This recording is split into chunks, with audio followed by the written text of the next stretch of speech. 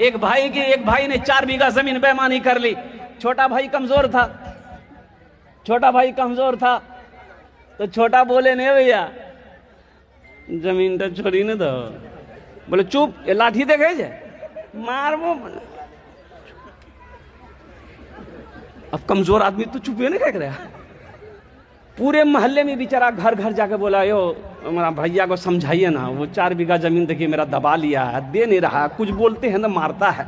तो लोगों ने कहा कि तू पंचायती बैठा, मुखिया को बोला, सरपंच को बोला, प्रमुख के बोला, पूरे मोहल्ले वाले को बैठाओ, पंचायती करो, वो जमीन कहाँ देगा, एकदम देगा। मुखिया को बोला, प्रमुख को बोला, सरपंच को बोला, पार्षद को बोला, मेंबर को बोला, पूरा गांव वाला जमा हुआ। उसके बड़े भाई को बुलाया गया। मुखिया जी बोला अरे भाई ये तुम्हारा छोटा भाई है, इसकी जमीन दे दो।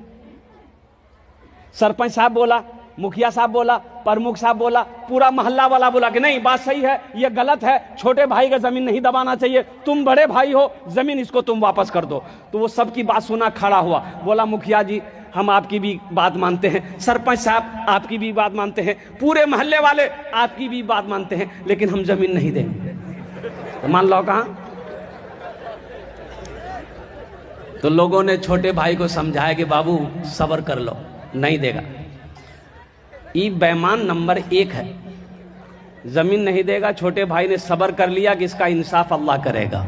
कुछ दिन के बाद, कुछ महीनों के बाद हज का महीना आ गया। बड़े भाई ने सोचा थोड़ा हज कर लेते। ओहो, हज की पूरी मुकम्मल तैयारी हो गई और कुर्बान जाओ जिस दिन हज में निकलना था, सोचा कि थोड़ा सा हजरत से मुलाकात कर लें, मौलाना निसार साहब की दुआएं ले लेंगे, अल्लाह वाले हैं, इनकी दुआएं लग जाएगी, हम मक्का मदीना पहुंच जाएंगे, सफ़र आसान हो जाएगा।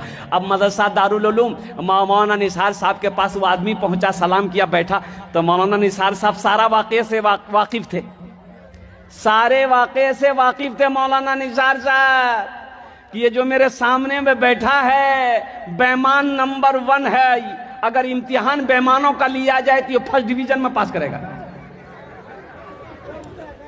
तो मौलाना निसार साहब ने कहा कि कैसे बाबू, कैसे आना हुआ? बोले हे मौली साहब तेरा मालूम नहीं जाओ? बोले नहीं। बोले हम हाँ जाओ में जाइए हो। बोला अच्छा, हज में जा रहा है तो पिछले का मामला फीट फाट है। बोला कि हजरत पीछे कौन मामला है, हम तो साफ सुथरा आदमी हैं। तो मौलाना निसार साहब को मालूम था कि अपने छोटे भाई का 4 बीघा जमीन बेईमानी किया है। तो हजरत ने कहा कि अपने भाई के जो 4 बीघा जमीन बेईमानी किए हो उसका। बोला अल्लाह हजरत, उसी को माफ कराने तो हम जा रहे हैं। माफ होगा? अरे बोलो भाई माफ होगा और कुर्बान जाओ।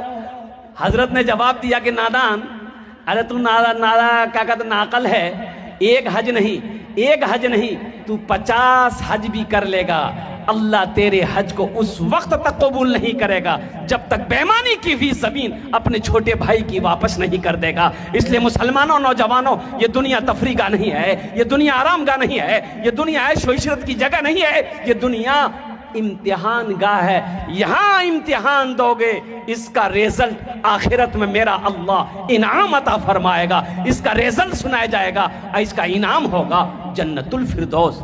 इंशाअल्लाह जन्नत में जाएंगे, हाथ उठाओ इंशाअल्लाह। ऐ नौजवानों, किसी के हक को ना मारो, किसी के हक को ना दबाओ, अल्लाह की बारगाह में इसका आपको जवाब देना होगा, जवाब देना पड़ेगा।